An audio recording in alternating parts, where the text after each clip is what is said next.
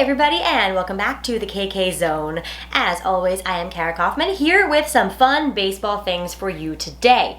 As I'm recording this, it is Sunday, March 14th, the end of another week of Grapefruit League spring training for the Yankees, and they come into this moment with a record of 9-4.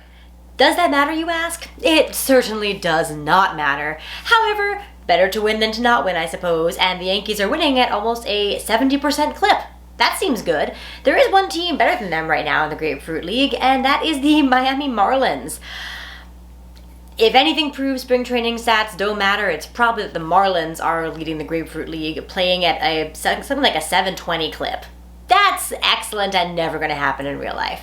The strange wrinkle this season is because of COVID, they're doing a more regional style of play just for spring training. So the Yankees are really only playing against a couple of other teams, and those teams in general are, let's just say, not the most elite competition they could possibly face.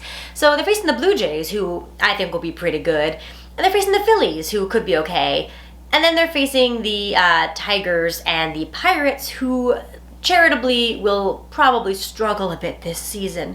So those wins and losses are pretty irrelevant. Not to mention the fact that by the fifth inning, it's all a bunch of single-A kids anyway, so none of these wins and losses for anybody really matter. That being said, though, your Yankees are currently in second place in a meaningless Grapefruit League. Go Yanks! Okay, here's a really fun one. The Mets and the Cardinals played a spring training game earlier today, and there was an at-bat in this game that I will venture to say was unprecedented. And when you're saying something has never happened before in baseball, that is really saying something, considering the long history of the game and how many kooky things have happened over the course of all those years. Well, today, Mets utility player Luis Guillorme stepped into the box to face Cardinals flamethrower Jordan Hicks. And Jordan Hicks throws 103 miles an hour on the regular. He is legit and he throws fire. He had Tommy John surgery 2 years ago and he hasn't pitched since then. So this was literally his first batter back since having his elbow reconstructed and then taking all of last year off to finish recovering and then opting out for COVID reasons. So he has not seen out-batter in a game situation of any kind in 2 years. Meanwhile, Luis Guillorme is a nice young player for the Mets. He can play a couple positions. He's not a superstar hitter or anything, but, you know, he'll put up a good bat for you. Well, today, he did just that. The guy had a 22-pitch at-bat. Pausing for effect, because that doesn't happen. For reference, the Major League record on that, as I'm told by many on Twitter, is 21 pitches. The longest Major League at-bat in history has been 21 pitches, and today in spring training, and that won't count because it's spring training, so it hasn't broken any record, but unofficially, this would have been the longest at-bat of all time if it were in the regular season. 22 pitches is an inning for most pitchers, and instead he just got the one out. Except not even. He didn't even get the out, because how did that 22 pitch at bat end, you might ask? He walked. And what makes this even more unbelievable is the first two pitches were strikes. The first one was a called strike, second one was a swing and a miss. So an 0-2 count. How often does that end in a walk? Not that often. But how many times would that at bat even reach 22 pitches, no matter what the outcome? Well, pretty much never. So this is crazy. Luis Guillorme is just, after he got into that 0-2 hole, he is just fouling off pitch after pitch after pitch. It's unbelievable. His teammates were going absolutely crazy in the dugout. That was probably the best part. Once the at-bat got into like 15, 16 pitches, every single one, you could hear the Mets players on the bench just screaming, because you don't see this, and that's an impressive contact skill, especially because, as I said, Jordan Hicks throws really hard. In fact, in that at-bat, 6 of those pitches thrown to Luis Guillorme were over 100 miles an hour. That's crazy! And this is a guy who hasn't had that much playing time, so that's close to as many pitches at that speed as he's faced his entire career. He did it in one at-bat, and he fouled them all off.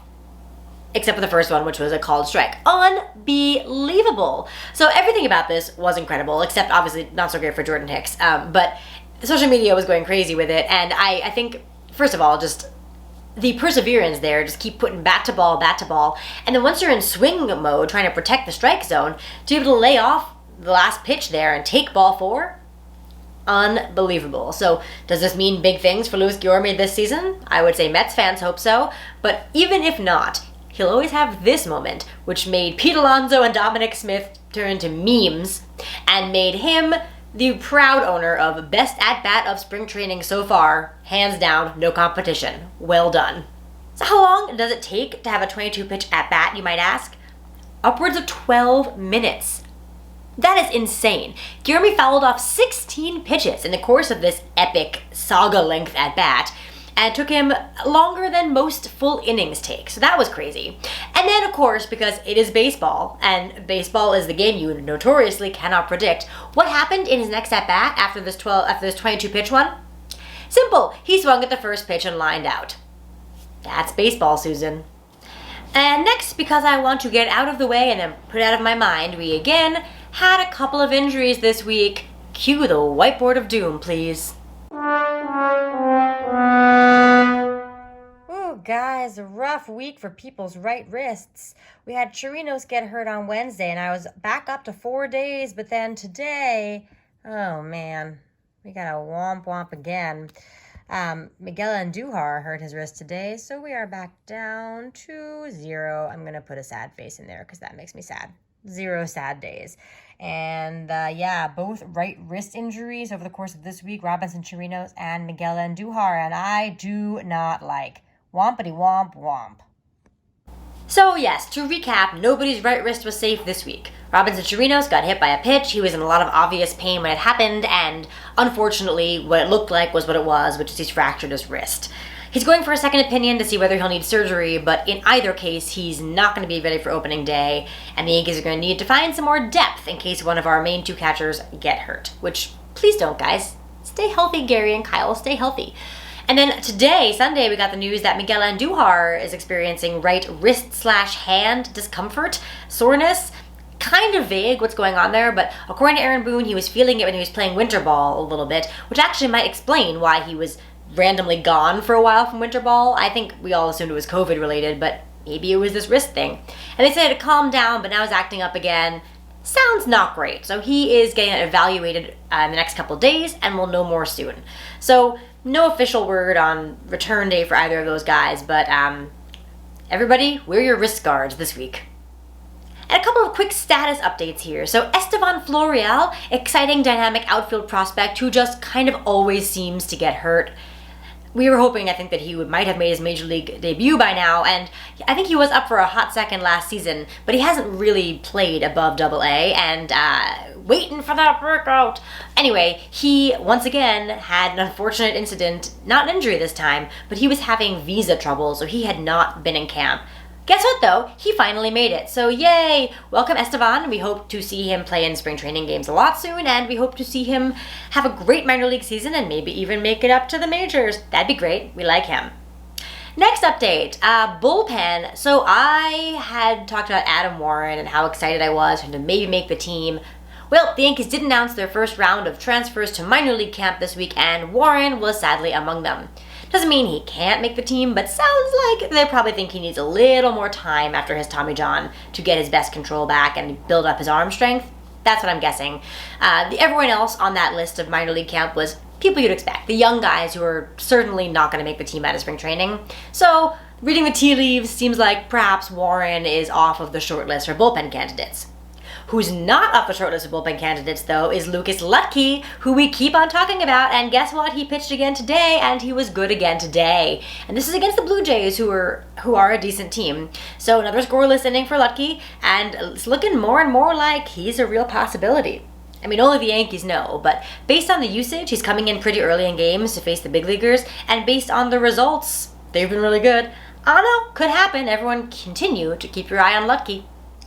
All right, and my last thing for today, to end your week on the happiest of all notes, it's Gleyber Torres. You may have already noticed that I have a pretty huge soft spot for this kid. I just think he's delightful and really great overall.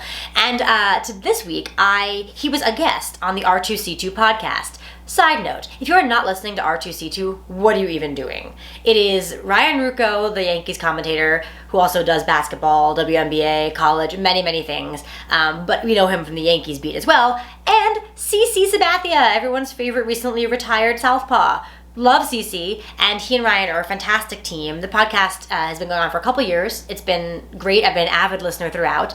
And usually around baseball season, they get a lot of Yankee guests on for obvious reasons. Well, this week, one of those guests was Gleyber Torres, and I was, as always, thoroughly charmed by him. They talked about a lot of things, but 2 things stood out to me. One, an update. We've talked previously twice on this very channel about the scaring battle going on. We saw Gleyber scare Gio Urshela, and then Gio Urshela attempt and fail at scaring Gleyber back. Well, Gleyber reveals, in fact, he scares Gio all the time. The Yankees' social media cameras caught it this one time, and apparently he does it a lot, like multiple times a week, which is hilarious. He says Gio's too serious, and so he needs to be shaken up a little bit, so he's taken it upon himself to just jump scare Gio Urshela whenever the opportunity presents itself. This I love. And apparently, I'm sure Gio doesn't find this super thrilling, but they're pretty close. Apparently they stay up late and play Call of Duty together. I think that's a video game. I don't know, guys, I don't have video games, but pretty sure it's a video game. Don't know anything about it, but they play together, which is adorable. And apparently, there was a whole mishigas last year about how Gleyber Torres showed up a little out of shape, his defense wasn't at its best, he got hurt a little bit, missed some time. He didn't really click back into the all-star Gleyber Torres we know until the very end of last year's shortened season. And after the year, Cashman was talking about how he showed up to the summer camp a little out of shape. Well, Gleyber spoke to that a bit, and he said, first off, yeah, he had trouble, as many of us did during the pandemic, sticking to our regular workout routines. He did the same, and he said he showed up, he hadn't been able to do what he normally does to prepare his body, and it showed. And he said he was able to correct that this offseason and really get his work in with his trainer, and he feels in great shape. And he looks it. So far, he's been making plays look easy, and he's been hitting the ball pretty hard, so we're excited about that. But the other thing he said about this is that he needed to change his diet because he tended to eat pretty heavy, fatty foods. I mean, this is one of the most relatable things I have ever heard a professional athlete say. He would stay up, as I mentioned, late with Gio Urshela playing Call of Duty, and then all he would want is like a 2 a.m. snack of some Doritos. Who doesn't want that? I always want that. So he said that he had to literally enlist his nutrition team and his wife to be like, no, you can't eat that. No late night food. So after he plays Call of Duty with Gio, he goes and he says he drinks a lot of water to make himself feel like he's eaten something, and then he goes to bed. I love this. I mean, I don't love that he has to deprive himself of Doritos, but this is the most everyday commonplace thing everyone goes through. It's like, how often at 2 a.m. do I just want to eat something terrible? Like pretty much every 2 a.m. that I'm awake, I want that. And the fact that Gleyber Torres does too just makes me love him even more. As a side note to this, apparently Gio Urshela has not stopped snacking on Doritos because apparently his eating habits don't affect his defense. So Gleyber's a little jealous of him, but frankly, Gleyber Torres, we are proud of you. Keep up the good work, and in the off season, maybe you can have a little cheat week and have some Doritos. We hope that in the meantime, even Dorito-less, you enjoy the baseball season as much as we enjoy watching you. That's it for me on this Sunday afternoon. I'm just happy that every single day that passes is a day closer to real baseball that counts, opening day. In the meantime, guys, keep having fun things happen. In honor of today's biggest story, Luis Guillorme and his epic never-ending at-bat, my quote for the day is from Stephen Sondheim. Again, I told you, it'd be a lot of Sondheim. We love Sondheim in this household. What can I say? He's a genius. This particular one is from A Little Night Music, and the quote is, "Perpetual anticipation is good for the soul, but it's bad for the heart." I think that's probably true, and that's probably true of how Jordan Hicks and the entire Cardinals team was feeling during that endless at-bat, anticipating an ending that just would not come. And I think in the middle, kind of the doldrums of spring training now, it's how we're all feeling a little bit. Perpetual anticipation, just waiting for the day when baseball is really fully, truly back, and we can all watch opening day. It's coming, guys, so keep on keeping on. We know it's tough on the heart, but we're going to make it work. And until then, go Yanks.